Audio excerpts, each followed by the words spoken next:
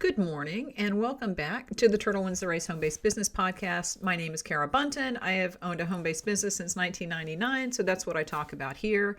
And today I have two random thoughts, kind of unrelated thoughts that they're not related to each other, but they are related to business, but they didn't come from business settings. But I thought they were both very interesting. So the first one is a story, this poor little squirrel. You know, I have a thing for squirrels. People say they hate them. I like them. I think they're kind of cute. They're funny. I feed them off my back porch. I have steps that go down to my backyard, and I just throw birdseed out there every day. I actually bought a little platform so the squirrels could sit on it. And, you know, it keeps them away from the blueberries when they're blooming. So it is helpful. But they actually come up and look in the window at me. And there are a couple that I've given names to, and you kind of start to recognize them. So one day, one of them showed up, and I don't know if this was one that knew me or not, because it did come and look in the window, and usually the ones that do that are the ones that are here all the time because they know that there's something going on in here. So he's looking in the window, and I noticed that he had his tail look like it was completely broken, like it was a V. Like the back end of his tail was just snapped off in half, and it was hanging.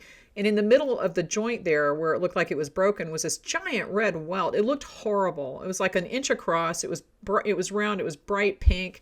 I was like, oh my God, you poor little guy. So he had gotten into something. He had been in a situation. I don't know what it was, but it didn't look good. So of course, I get worried about the squirrel. So I'm like, oh my God, the squirrel. And I told my husband, there's a squirrel out there. He's got like some kind of a weird tail injury. And I, there's nothing you can do about it, but it's disturbing. Okay. So I didn't see him for a few days, and he came back, and the little welt was still there, but it was a lot smaller, and he was still moving around. He was eating the seeds. He was looking in the window, and I was like, oh, okay, well, it seems to be healing up. So then a few days later, he comes back. The welt was completely gone, but his tail was just hanging there. And I actually did get a picture of him after he was looking in the window at me. He walked away, and I got a picture of his tail because I was like, I cannot believe that this squirrel has his tail in this situation. So I took a picture of it to send to my kids, right? Because that's the kind of stuff I send to my kids. I'm sure they love it. So there's a squirrel with a half a tail kind of dangling, and he's been walking around our yard for a while. So a few days ago, and that was probably about a month ago that I saw that. A few days ago, I see a squirrel out there with a very short tail. And I realized that it was that squirrel, and his dead tail had fallen off, and he was just going about his business with half a tail. And I saw him again yesterday. He's out there now. He's just going about his business, but he has just a little short tail. And I told my husband says, oh yeah, I found what looked like a tail when I was out in the back raking. And I'm like, oh my God. Okay, so his tail must have just fallen off after the whole thing healed up. I don't know what he got into. I don't know if he was attacked by a hawk or another animal. I don't know if his tail got caught somewhere and it got broken. I don't know, but he got over it. Okay. And of course, this made me think, you can get over things. So if you ever just bear with me, okay? You have to relate squirrels to everything. It's just how my brain works. But you can get over things. If you come across an obstacle, it might be hard at first. It might, you might feel a loss when your tail falls off. I don't know. But you can just adapt and get over it. It's not always that big a deal.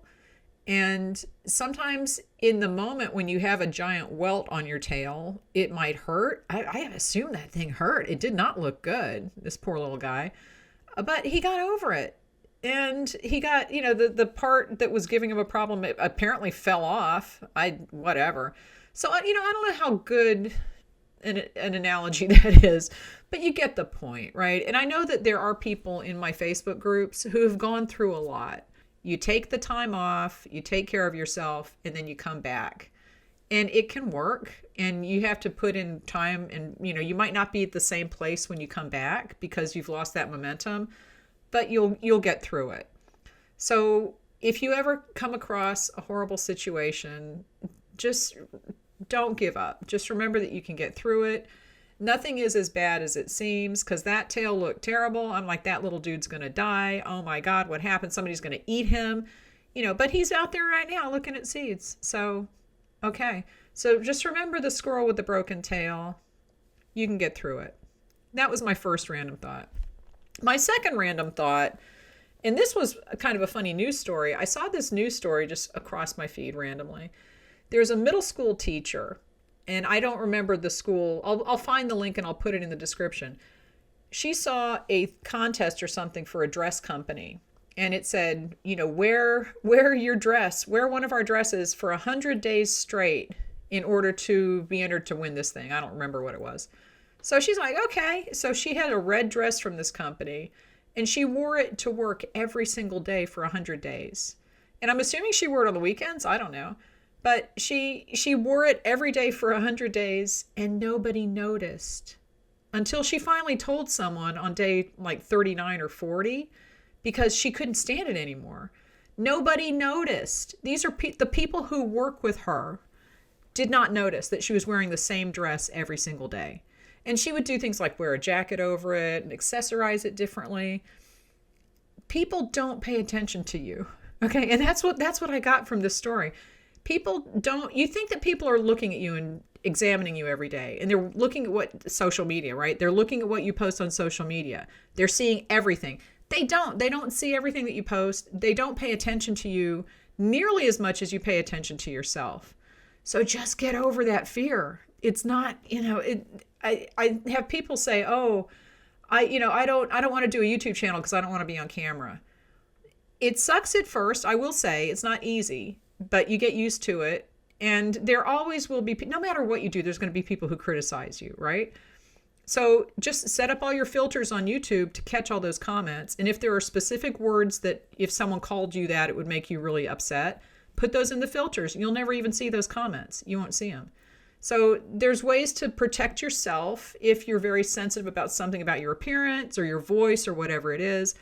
Set up all those filters and then just do it. Just post those videos. And there are ways that you can do this that will get you more business. It'll get you more traffic to your business.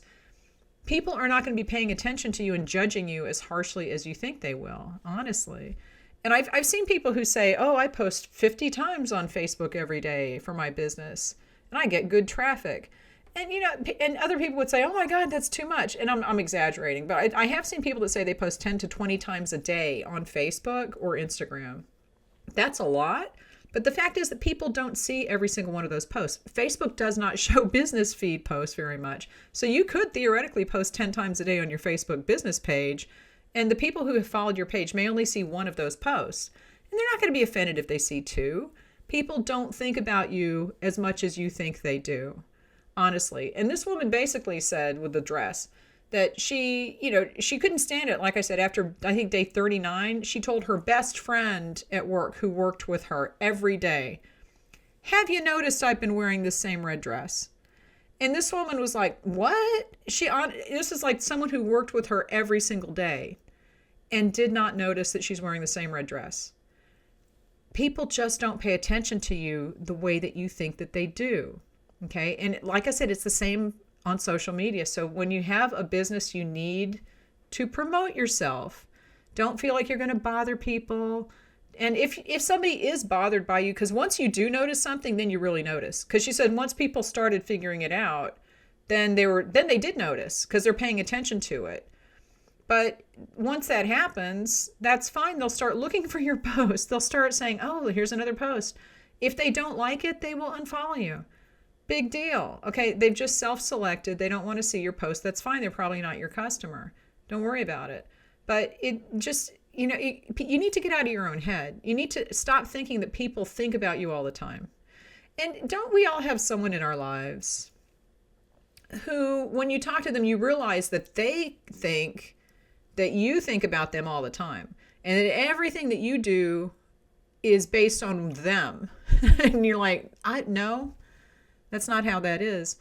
But yeah, people tend to think that other people, attribute motivation more to you when they're really just thinking about themselves. That's all. Okay, so that was random thought number 2. My third random thought is that when I work, sometimes I have a little TV here next to me. And it's not connected to cable. So it picks up the antenna TV kind of stations, which show things like the 1950s sitcoms. And I love those. But it's very funny. and this is the random thought, it's funny to see how they use the same plots in the sitcoms today that they used 50 years, well, what is it now, 70 years ago, right? So there's sitcoms that come up that were on in the mid 50s that are the same plots as the ones that they're doing today. And we see this, people reuse the same stuff all the time in Hollywood because they don't have original ideas very often. So it's either comic books or it's a recast of a different movie. I can think of a few that are out right now that are remakes. Just make a new movie that's good. We don't need remakes of this stuff. Anyway, but a lot of the TV shows that are on this channel are from the 50s. And so there's a lot of anachronistic stuff. I love it. There's one, I love Father Knows Best. Okay. And the thing about Father Knows Best is it's supposed to be the father who thinks that he knows everything. But, it always kind of comes down to his basic wisdom is right. And it's the same thing today. It's just basic messages of don't freak out, do the right thing. It's just basic kind of messages. But one of the every now and then he'll say something, like one of the characters in the show will say something that is just hilarious. And it reminds me of the way that people behave today, because people really don't change. The times change, people really don't. People's behavior doesn't so much.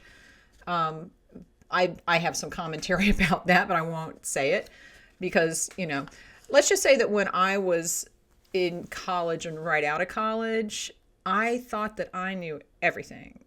And I think that that's just something that you go through when you're in your early 20s. Let me know in the comments, when you were in your early 20s, did you think you knew everything and that everybody in your friends group knew everything and that everybody who was older than you were just total idiots and that you guys were the only ones who had the world figured out? And then you grow up and you're like, oh, what the hell? I was a moron. And I said that to my husband. I was like, I was a total moron when I was 21. And I thought I knew everything, but then you figure out that you don't.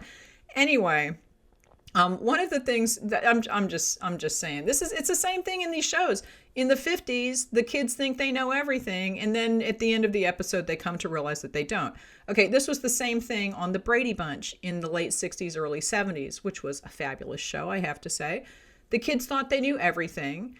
And then one of them would get swelled head. This is a common theme. One of them would get swelled head about something. I know everything. I'm the best. And then it was the job of the other people in the family to bring them down to size and to show them that they are full of crap. And that's basically the plot. So it's the same thing today. It's the same thing on these shows. Like somebody will do something that, oh, I know everything. And then everybody else's job to show them that, no, life exists and you're only a piece of it. Anyway. The comment that this guy made, and I forget, it's Robert Young. Okay, he's an actor who plays the father on Father Knows Best. The comment that he said was one of the kids had something happen and everybody went crazy and just, didn't know what to do. Oh my God, oh my God. And he says, when in danger, when in doubt, run around and scream and shout. Okay, that still happens today, and I mean, his comment was made in jest, like, don't do that. Just calm down and be rational. When in danger, when in doubt, run around and scream and shout. He said that because that's what this kid was doing. And he was like, oh my God, you need to calm down. You need to settle down. And basically, that's my feeling about a lot of stuff. And especially when you go to forums online where somebody will post something and everybody else freaks out without looking into it, without doing the investigation on it to see if what they said was true or what the details are. And, there's a few things that have come up recently that happened I can think of right off the top of my head, but it's a common pattern. Something will change, something new happens, there's a new requirement, everybody freaks out and they run around and scream and shout. And then eventually they actually look into it and they calm down. But just remember that if something changes in your life or in your business, don't freak out. Just calm down and go look into it, because you could cut out the running around and screaming and shouting part and kind of keep yourself on a more even keel. It's a lot less stressful and you're not going to be a panic person. There's a lot of panic people online. And I think some people enjoy being panicked too. I think that's something that is a thing for a lot of people, that they like being panicked. I don't know why. I don't enjoy that, but it's something that struck me as funny when this sitcom from the 50s said it. I don't even know what year that was. It must have been mid 50s. It had to be, it's early TV, so it must have been mid 50s. But yeah, when in danger, when in doubt, run around and scream and shout. Do not have that be your motto. His point was, don't let that be your motto. Don't do that. And people still do it, so don't. Just don't. So those are my 3 random thoughts. If you have a favorite TV show, let's do this. If you have a favorite TV show from the past, not something that's still on TV, that actually gave you words of wisdom, and you can actually remember the scene or whatever it was that kind of resonated with you, post it in the comments. That would be kind of fun to see. I will talk to you next week. Bye-bye.